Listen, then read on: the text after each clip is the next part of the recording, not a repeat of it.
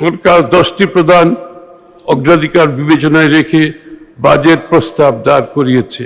1. সবার জন্য উন্নয়ন, সর্বজনের, সর্বশ্রেণীর, সর্বখাতের, সকল অঞ্চলের সুষম অংশগ্রহণ, অংশীদারিত্ব নিশ্চিত করে বৈষম্যহীন ও অন্তর্ভুক্তিমূলক অর্থনীতি প্রতিষ্ঠা করা। 2. সবার জন্য মানসম্পন্ন শিক্ষা ও স্বাস্থ্যসেবা সকল নাগরিকের মৌলিক অধিকার হিসেবে বাস্তবমুখী, দক্ষতা নির্ভর, মূল্যবোধ ভিত্তিক শিক্ষা ব্যবস্থা বাস্তবায়নের মাধ্যমে তরুণ প্রজন্মকে যোগ্য মানব সম্পদে পরিণত করা। দ্বিতীয়ত, মৌলিক অধিকার হিসেবে সবার জন্য মানসম্মত সর্বজনীন স্বাস্থ্য সুরক্ষা নিশ্চিত করা। 5.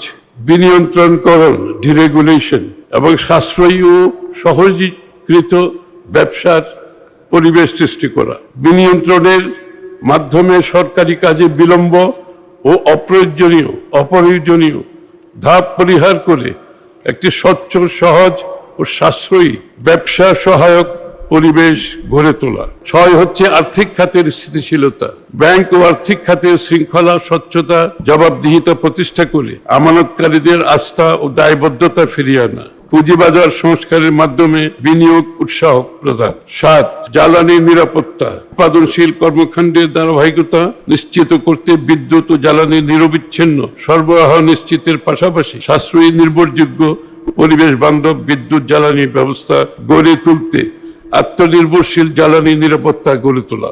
8. তথ্য ও যোগাযোগ প্রযুক্তির বিকাশ, একটি ভবিষ্যৎমুখী, গতিশীল, প্রকৃত অর্থে প্রযুক্তিগতভাবে অন্তর্ভুক্তিমূলক বাংলাদেশ গড়ে তোলার মাধ্যমে বাংলাদেশকে বিশ্বের অন্যতম প্রধান আইসিটি রপ্তানিকারক দেশে রূপান্তর করা।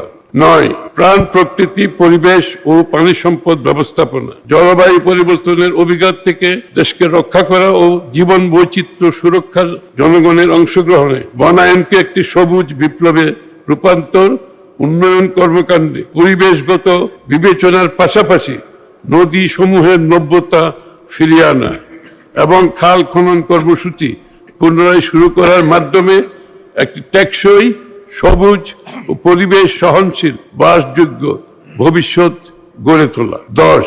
স্বচ্ছ, দক্ষ, জবাবদিহিমূলক প্রতিষ্ঠান ও প্রশাসনিক ব্যবস্থা, টেকসই রাষ্ট্রীয় সক্ষমতা গড়ে তোলার লক্ষ্যে মেধাভিত্তিক, জবাবদিহিমূলক প্রতিষ্ঠান এবং প্রশাসনিক ব্যবস্থা গড়ে তোলার পাশাপাশি সরকারি বিনিয়োগ বাস্তবায়ন দক্ষ, কার্যকর করে তোলা।